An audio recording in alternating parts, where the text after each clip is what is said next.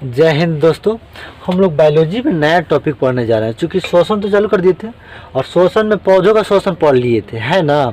चलिए हम लोग अब कुछ जीवों में श्वसन पढ़ते हैं कि कैसे श्वसन होता है। पेड़ पौधों में तो पढ़ लिए थे कि रंध्रों द्वारा होता है और कहाँ पाए जाते हैं। उसको समझने के लिए, सीखने के लिए उस वीडियो को देखिए, समझ आए ना।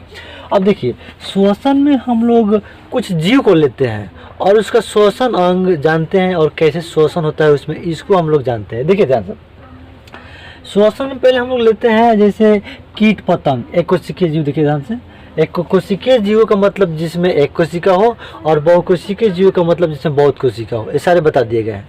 देखिए जैसे कीट पतंग लेते हैं, क्या लेते हैं? कीट पतंग। पतंग कहे तो ये मत कहिए उड़ने वाला, हाँ, कीट में कीड़ा मकोड़ा जो होता है ना, उसी को पतंग भी कहा जाता है। ये वाला पतंग लेना है, बात बुझ रहा। देखिए कीट पतंग का इंग्लिश होता है इंसेक्ट।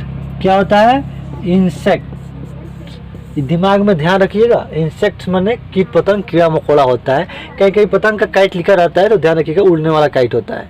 अब देखिए कीट पतंग जैसे लेते हैं भगवान जी का घोड़ा। भगवान जी का घोड़ा कहते हैं हम लोग भोजपुरी में, लेकिन वो टीडा है। क्या है? टीडा। ध्यान रखिएगा, टीडा है। टीडा हो, तेलचट्टा, ये सारे जो कीड़े मकोड़े हैं, इसमें जो श्वसन होगी, क्या होगी? श्वसन ट्रैकिया के द्वारा होगी। किसके द्वारा होगी?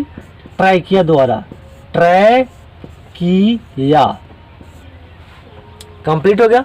बुझाना चाहिए कि टीडा हो, तेलचट्टा हो, यानी कि जो भी कीट पतंग हो उसमें श्वसन कैसे होगी? ट्रैकिया से होगी। ध्यान रखिएगा, कोई दिक्कत नहीं ना।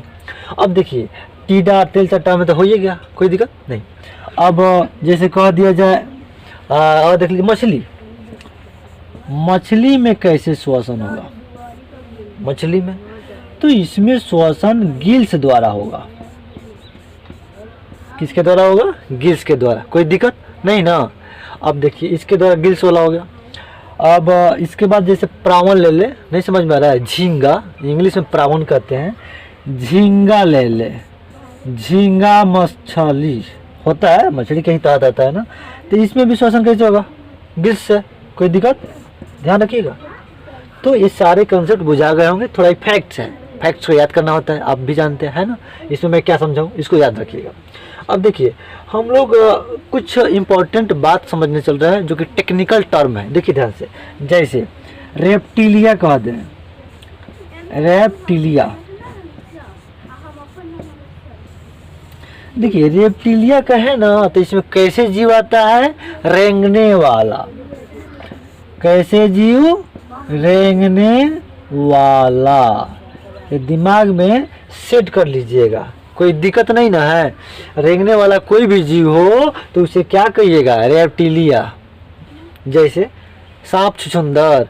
देखिए सांप ले लीजिए, मगरमच्छ ले लीजिए, घड़ियाल ले लीजिए, छिपकली, ये सारे क्या है? ध्यान रखिएगा, रेप्टिलिया।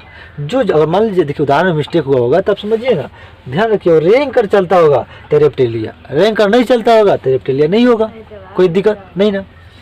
अब एक शब्द आता है उभयचर। उभयचर इंग्लिश में कहते हैं एम्फीबिया। एम्फीबिया, एम्फीबिया, एम्फीबिया जिसकी हिंदी उभयचर होता है। और बात समझेंगे टेक्निकल है, और टेक्निकल ध्यान रखिएगा। उभयचर, उभय माने दो। आप मैथ में भी ये टर्म देखे होंगे, साइंस में भी पढ़िएगा तो ये टर्म आता है चर। उभय और चर के मिलने से उभयचर बनता है। उभय, उभय का मतलब होता है दोनों, और चर का मतलब होता है जो चल सके, बदल सके। बात बुझ रहा है ना। अर्थात यह ध्यान रखिएगा कि वैसे जीव जो पानी में भी रह जाए और जमीन पर भी रह जाए, दोनों जगह रहने के लिए अनुकूल हो, दोनों जगह जी सके, वैसे जीव को उभयचर कहते हैं। इंग्लिश में एम्फीबिया कहते हैं। बात बुझ रहा है ना।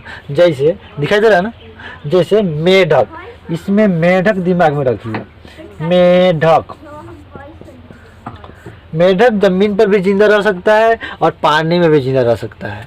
तो कोई भी जीव इन दोनों जगह जिंदा रहेगा उसको हिंदी में उभयचर कहेंगे और इंग्लिश में एम्फीबिया कहेंगे। यहाँ तक कोई समस्या नहीं ना है, ध्यान रखिएगा। मेढक ऐसी प्राणी है जिसके श्वसन अंग एक नहीं कई होते हैं, ध्यान रखिएगा। यह ट्रैकिया से भी सांस लेता है, ट्रैकिया से भी सांस लेता है, समझ रहा है ना, कोई दिक्कत। और ध्यान दीजिए, त्वचा से भी सांस लेता है, त्वचा से भी सांस लेता है, बुझा रहा है, तो दिमाग में सेट कर लीजिएगा। मेढक ट्रैकिया से भी सांस लेता है और त्वचा से भी लेता है। इतना ही नहीं, यह गिल्स से भी सांस लेता है, यह दिमाग में सेट कर लीजिएगा। तो ऐसे कौन से जीव है जिनके सांस लेने के लिए अनेक अंग है, एक से अधिक है, तो मेढक है, समझ रहा है ना। देखिए मेढक हो गया, और यहाँ तक कंसेप्ट समझने में हमको लग रहा है दिक्कत नहीं होनी चाहिए। यदि दिक्कत है तो इस वीडियो को थोड़ा फिर रिपीट करके 1.5 गुना करके देख लीजिए, समझ रहा है ना। चलिए इसके आगे हम लोग कुछ और कंसेप्ट सीखते हैं।